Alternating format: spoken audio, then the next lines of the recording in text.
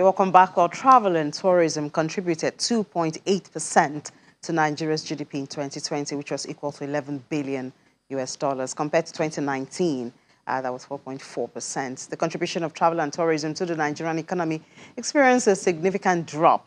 Is Nigeria's tourism sector back on the path of recovery after the pandemic struck in 2020, where we have Mr. Lucky George? He's the Executive Director of African Travel Commission, to speak to this and tell us his perspective. Good to see you, Mr. Lucky. Good morning. Good to see you and good to be here. So are we back? Is the tourism sector, are we back?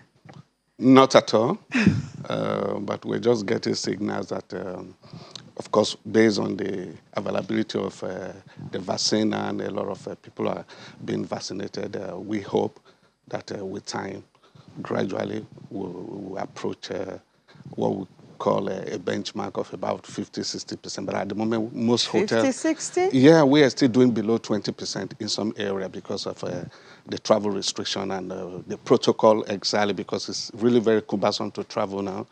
If you travel nowadays, you'll be subjected to a lot of tests, a lot of delays and all that. And most people, if it's going to be an holiday trip, it's not worth it at this time. Because, I mean, just yesterday, the UAE lifted its travel ban on 12 African countries, Nigeria included.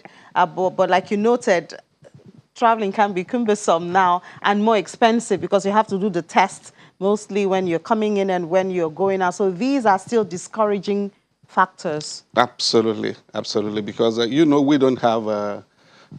most of the destination Nigerian visit, we don't have direct connection in most cases. You have to go to the first country where the airline originates from before you can actually travel to your destination. And at the end of the day, it makes the journey much more cumbersome, like I already said, and of course, more expensive. With that alone, a lot of families and of course, except you're on a business trip, yes, it's worth it. But if it's just for holiday, you have to think twice. So shouldn't this make us look at domestic tourism? Nigeria is quite large with different, Shouldn't it turn our attention inwards? You know the terrain very well, like I do. And of course, the local industry benefited so much in the last 1.5 years because most Nigerians couldn't really travel abroad. So the middle-level Nigerians, they decided to travel locally. But the top guys who we always go abroad, they were locked up in their homes and all that. But definitely it helps the local industry. But again, don't forget that our local industry has a lot of challenges, from insecurity to bad infrastructure like bad roads. And of course, cost is another issue. Nigeria is very expensive to travel in locally. If you look at the disposable income of an average Nigerian, if you want to go to places like... you have the Yankari. Absolutely, absolutely. Reserve. The cost of ticket locally is as good as going to South Africa in most cases.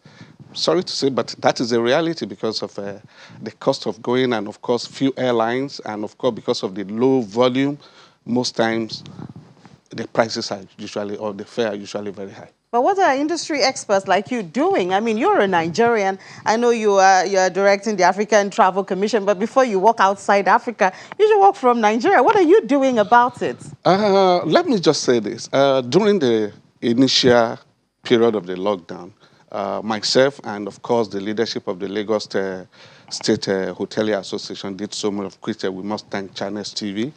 Our president was here a couple of times, and some of our members were here talking about the challenges we're facing. And we said, look, most of the hotel at that time was closed down. Workers were sent home. Not just workers. What about the producers, those who produce vegetable, farm vegetable, tomatoes, and the rest of them? The hotels in Nigeria, the hospitality as a whole, is responsible for about 35% of agri-produce in Nigeria. So when you lock the system, if the entire hospitality industry is locked out, you can imagine how much more of our vegetable, tomatoes, and the rest of them will rot away in the farm. So that is one of the problems with it. But again, locally, like we've complained to the federal government, if there's any sector of the economy that has not received any support from the federal government, is the tourism industry. Despite the fact that after agriculture, we're the largest employer of labor. more than the entire civil service put together, both state, federal, and even the private sector, oil and gas and the rest of them. The travel and tourism industry is the largest employer of labor after agriculture. But yet, unfortunately, we have not received any support.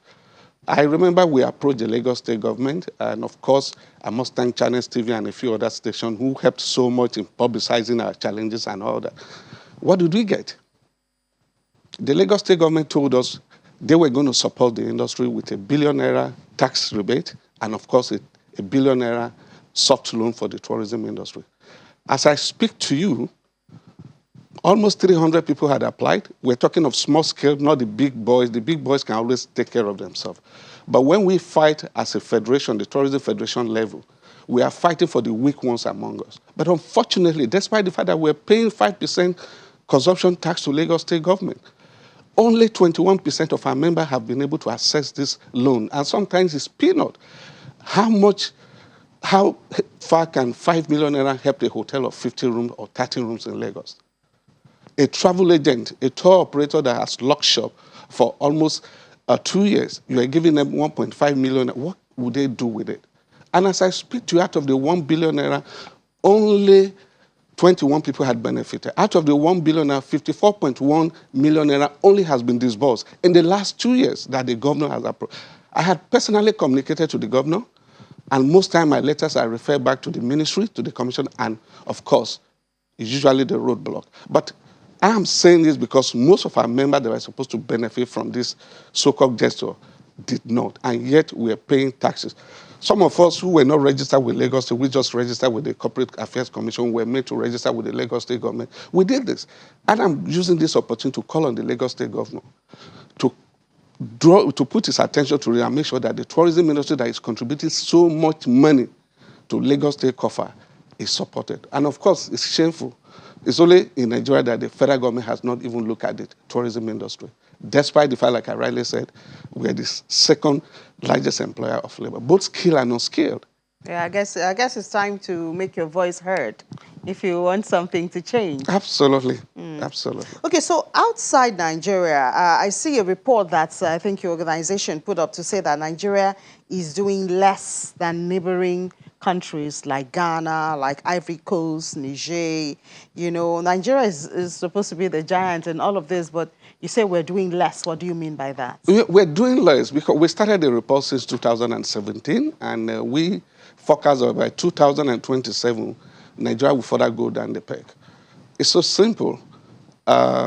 Most times, based on the statistics available to us from the Federal Airport of Nigeria, about 4 million Nigerians before the COVID, we're talking of 2019, about 4 million Nigerians travel within or visitors within and out of Nigeria through our international airports.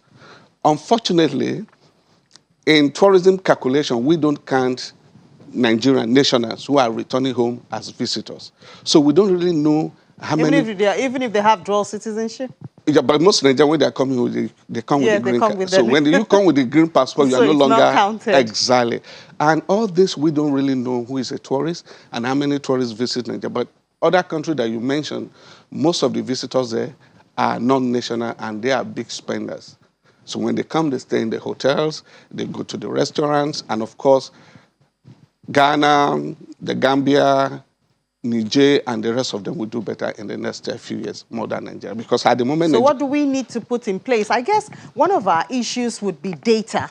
Absolutely. Because, I mean, we don't have a lot of data. If you want to do a report or do a research, you go on the internet, it's kind of difficult to get data on Nigeria. Absolutely. But don't forget that the travel and tourism industry, the traffic is generated by the leisure traveler. There are few people traveling into Nigeria. You can count the number of businessmen coming in or diplomats coming in on a daily basis. You can also count the number of visitors who are coming here.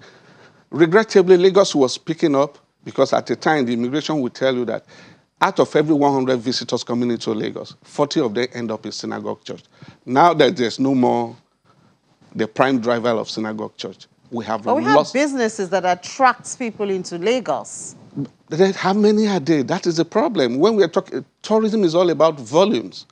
When we say about 11 million visit France in a year, which is the most visited destination in the world, then you talk about 9 million visiting Spain in a year. How many foreigner comes to Nigeria? These guys come and just stay in the hotel, go to the attraction, you know, go to museum and all the places they can go, and they do shopping and the rest of them. So, and it's not like we don't have these attractions. So I guess, I mean, there's a lot of work to be done when it comes to publicizing and putting. I remember when I was covering the travel and tourism, some of those sites, you know, it seemed they are just tucked away with a lot of interesting story, cultural attractions, but people do not know about it.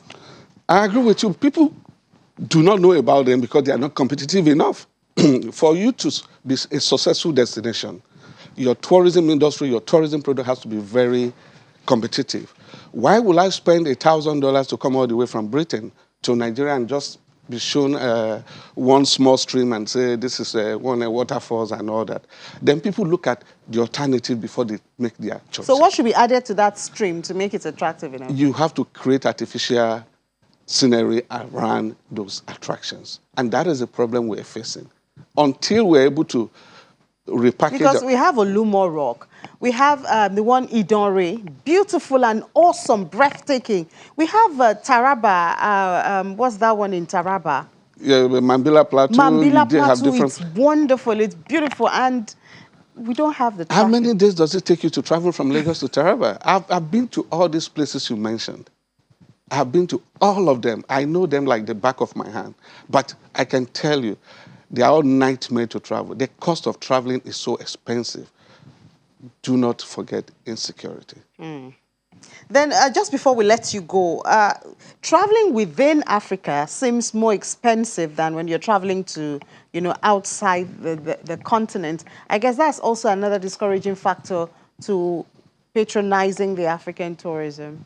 Well, that is why I weep every day for Nigeria. Sometimes I ask myself, where are the economists? The newly appointed chief economist of the president, Dr. Salami, so I ran into him somewhere sometimes, and I asked him, you were part of the former advisor to one president at a time? I said, yes. Why are you guys not talking about tourism? Without a national carrier, Nigeria is finished. All the money the travel agent, the tour operators are selling, they go back to foreign countries. We don't own the airlines. All the operations, we are not in charge. So without a national carrier, look at the biggest airline, Air Peace. You can imagine without Air Peace, Nigeria would have just remained with just less than 20 aircraft in the sky. On top of the national carrier. We're just talking of locally, not that even one brings another conversation, Absolutely. another line of conversation. Absolutely. Entirely. Well, I guess we have a lot to talk about when we talk about the Nigerian tourism sector. Beyond even COVID and recovery from the COVID, there are so many things to be put in place. Thank you so much. We need to switch over now. Mr. Lucky George, the Executive Director of African Travel Commission. Thank you so much for sharing your time with us this morning. It's my pleasure, Amy. Thank you.